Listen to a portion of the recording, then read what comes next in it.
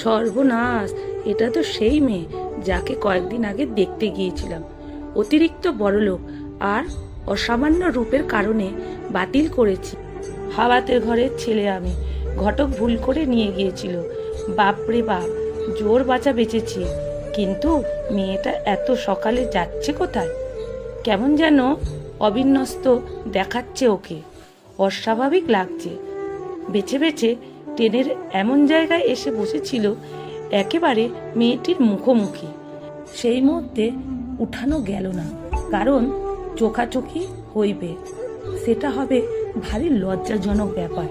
মেয়েটির মাথা নিচু করে বসে, কিছু যেন গভীরভাবে ভাবছে যে কোন স্টেশন আসছে। খেয়াল করছে না আশেপাশে যারা বসে আছে তাদের মধ্যে কথান্তর করছে। তারা দেখছেন না, হাতে ব্যাগ নেই, সঙ্গে কেউ আছে কি না সেটাও বোঝা যাচ্ছে না। মেয়েটা মনে হচ্ছে কেন না কোথাও চলে যাচ্ছে। হঠাৎ মনে হলো নিশ্চিত পালাচ্ছে, বাড়ি থেকে কিছু না নিয়ে গোপনে বেরিয়ে এসেছে। রাতে ঘাপটি মেরেছিল কোথাও, এখন ট্রেন ধরে যাচ্ছে। আশেপাশে কোথাও ওর বয়ফ্রেন্ড আছে, তার সাথে মনে হয় পালাচ্ছে। বারে বারে আমার চোখটা চলে যাচ্ছে ওই নিচু হয়ে থাকা মুখটার দিকে। এত সুন্দর মেয়ে আগে দেখিনি, সত্যিই দেখিনি। আশেপাশে অনেকেই ওকে দেখছে আর নানান কথা বলছে। দেখতে বাধ্য হচ্ছে। এটা হাজারদুয়ারির এক্সপ্রেস, সব জায়গায় দাঁড়ায় না। কৃষ্ণনগরের পর হয়ে ধুবলিয়া ক্রস করে হঠাৎ মনে হলো কেলেঙ্কারি করেছে। আমি যে স্টেশনে নামবো সেই স্টেশন চলে গেছে।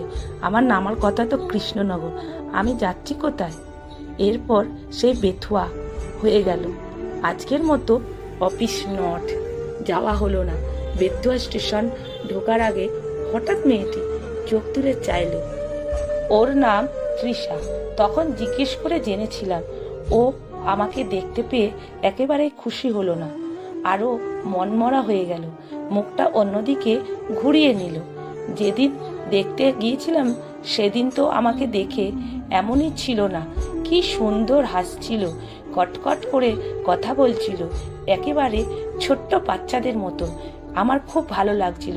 তবে কি ওর জীবনে কোন ঝড় বয়ে গেছে, অথবা যার সঙ্গে পালাচ্ছে সে এসেছে কিনা নিশ্চিত নয়। এসব ভেবে একটু কথা বলার লোভ হলো। এটা আমার স্বভাব দোষ, বেশিক্ষণ চুপ করে থাকতে পারি না। এই জন্যই আমাকে সবাই বলতো আমি নাকি একটু বেশি কথা বলি। পরিচিত লোক দেখলে তো নয়, সে কারণেই বাবা বলে ঠোঁট কাটা। ধ্যাৎ তেরিকা, নিজের ওপরে নিজেই বিরক্ত হয়ে উঠলাম। কি বলবো ঠিক নেই, যদি উল্টোপাল্টা কিছু বলে ফেলি। থাক বাবা, মেয়েটি এবারে যেদিকে যাচ্ছে যাক। নড়ে চড়ে বসলো, একটা হাই তুলল, তারপর আবার যেমনটি মনমরা হয়ে বসেছিল তেমনটি উদাসীন হয়ে বাইরের দিকে তাকিয়ে রইল। আমাকে দেখেও দেখলো না, না দেখার ভান করে রইল। আমাকে দেখেও দেখলো না। ইটিস অপমান। আমি আগেই জানতাম এই মেয়ে আমার মতো করলাকে পছন্দ করবে না। এখন সেটা প্রমাণ হলো। বড় বাচ্চা বেঁচে গেছি। বাপরে বাপ। আর কিছুটা যাবার পরে বোঝা গেল ওর সঙ্গে কেউ নেই, নইলে এতক্ষণে কথা বলতে আসতো, অথবা আমায় দেখে চোখে লজ্জা উঠে যেত। মেয়েটি এসে নামলো মুর্শিদাবাদের স্টেশনে। পিছে পিছে বাধ্য হয়ে আমি নামলাম। দেখতে চাইলাম মেয়েটি কোথায় যাচ্ছে। একে একে সমস্ত লোক স্টেশন ফাঁকা বেরিয়ে গেল, কিন্তু তৃষা গেল না। এ একভাবে দাঁড়িয়েই রইল অনেকক্ষণ ধরে। রোদের মধ্যে ফর্সা মেয়েটি গাল লাল হয়ে গেল। কি করব, আমিও দাঁড়িয়ে আছি।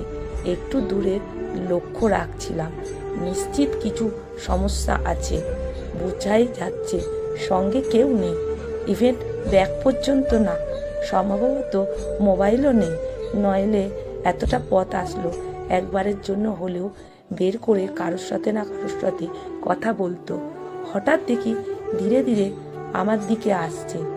অত্যন্ত ক্লান্ত লাগছে ওকে। মনে হয় কাল সারা রাত ঘুমোয়নি, খুব বিধ্বস্ত, কিছু খায়ওনি। এভাবে একটা মেয়ে বাড়ির বাইরে বেরিয়ে এলো, গার্জিয়ানরাও কি কিছু খোঁজ করলো না, জানে না? আশ্চর্য, কি কোয়ালিটি বাপ মা। তিশা মাথা নিচু করে এসে দাঁড়ালো আমার একেবারে কাছে। মনে হলো চোখে জল, গাল দুটো লাল হয়ে গেছে। অনেকক্ষণ দাঁড়িয়ে থাকা থেকে মাথা নিচু করে বলল, আবার আগামীকাল। কলমে বাবু মণ্ডল, পাঠে অনিতা ভট্টাচার্য। ভিডিওটা যদি ভালো লেগে থাকে বন্ধুরা প্রচুর শেয়ার করবে।